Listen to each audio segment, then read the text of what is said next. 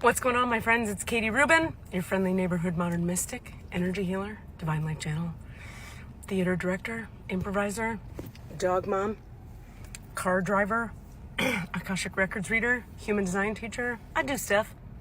Okay, it's day 12 of 30 days of 3-card spreads, because I'm a maniac, yeah. I have your 3-card spread here. It's an interesting one. Let's just dive right in, shall we? In the recent past, metamorphosis, some kind of deep transformation happening for you. We'll get into it in a second. Present moment is the bone collector, which has to do with remembering that when you think something about yourself, a strength, a gift, a quality is lost in the trauma, it's not.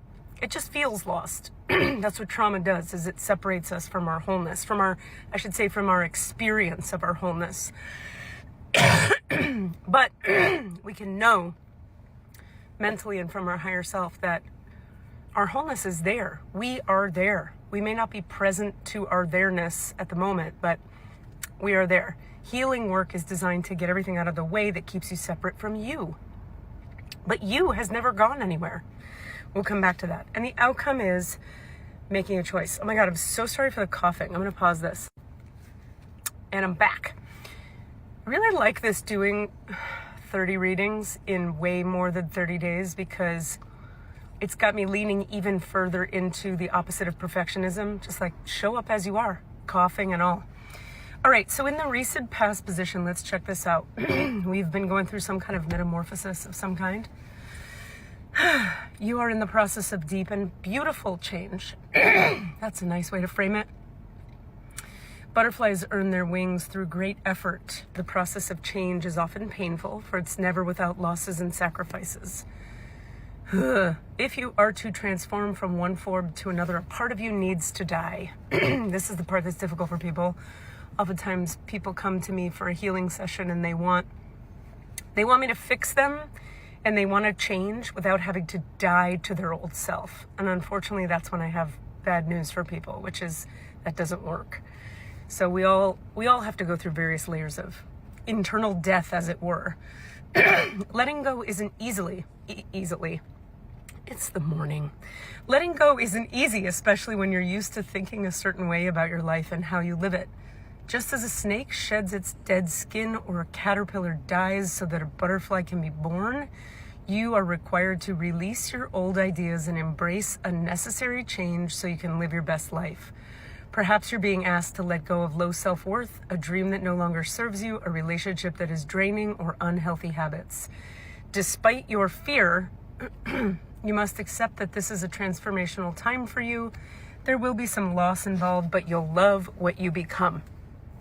That's the other thing people have a hard time with, I find, in working with people as a healer, is we always think that when a part of us has to die, or when we have to change, or when we have to let go of something, that whatever we're becoming will be worse. And it's that idea of people clinging to the devil they know, as opposed to stepping into the unknown. But if it's the unknown, it could be better. And what I know about sort of transformation and healing and spiritual awakening and death processes and so on and so forth is, if it's happening in a way that I didn't directly cause, like if it's just occurring to me, through me, in my reality, it's always for my betterment. It's always leading me to more peace, more connection with myself, more activation, more alignment, more truth, more me. In the present moment, speaking of which, we have the bone collector. So let's look at what that's about. You are whole and have everything you need within. When the bone collector appears, she's asking you to look closely at your circumstances to see if you're fully present or reacting out of past conditioning and unconscious expectations. Whenever we're wounded, especially when we're young, it's as if something essential is stolen from us. We adapt and accept a version of the truth that then sets us up to behave a certain way in the future when faced with a situation similar to the original event. What we know about ourselves thus becomes influenced by a perception of squeezle. Oh, here she comes, everybody. Check it out. This is a gift right here. She's blessing us with a shoulder sit. Thank you. You see that? She climbs me. It's normal. What we know about ourselves thus becomes influenced by a perception of limitation. And this is a stager's car, so I have pillows and art in the background. You may feel unworthy or without courage. You may see yourself as flawed or unlovable or expect to be criticized.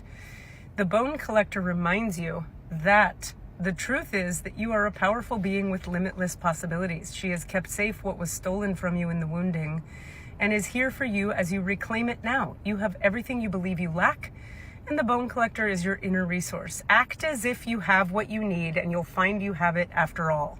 Anything is possible. With awareness, the wounds of the past need not define you. Nothing really I can add to that. That seems right on point. And the outcome is the making a choice card. This card has been coming up a fair amount lately. What are you making a choice about? Can you admit to yourself that there's a choice to be made? You're required to come to a decision now. You're faced with a dilemma or a fork in the road and must make a conscious choice regarding the next right action. Whatever that choice is, you must take responsibility for it, yet you needn't be afraid.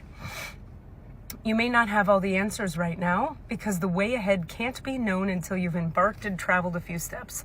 I was talking about this yesterday in my video, yesterday's video. I am someone, this is in my human design, it's written in my chart. I have to do things to know whether I'm going to be doing that thing. So I have to like start an entire business and live into it to discover like, I don't think I want to keep doing that. Or I'm going to keep doing that. I can't really, like certain things in my life are inevitable. There's a sort of inevitability to them in my body. And I'm like, I have to do that, I'm doing it.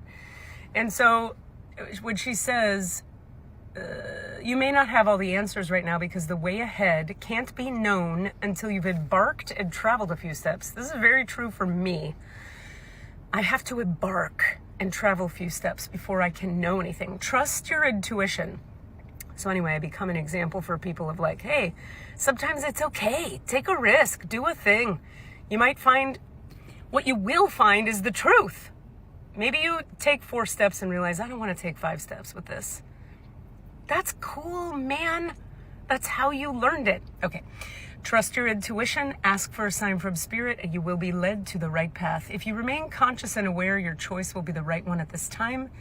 Life is always about learning. Success lies in choosing consciously, guided by intuition and spirit. Choosing consciously, like consciously making a conscious effort to choose based on your intuition and spirit. What does intuition really mean? That's a deeper question, and I like to help people figure out what intuition means to you by looking at and teaching you about your human design chart. Believe it or not, there are different forms of what you might call intuition, and they speak to us through what's called strategy and authority.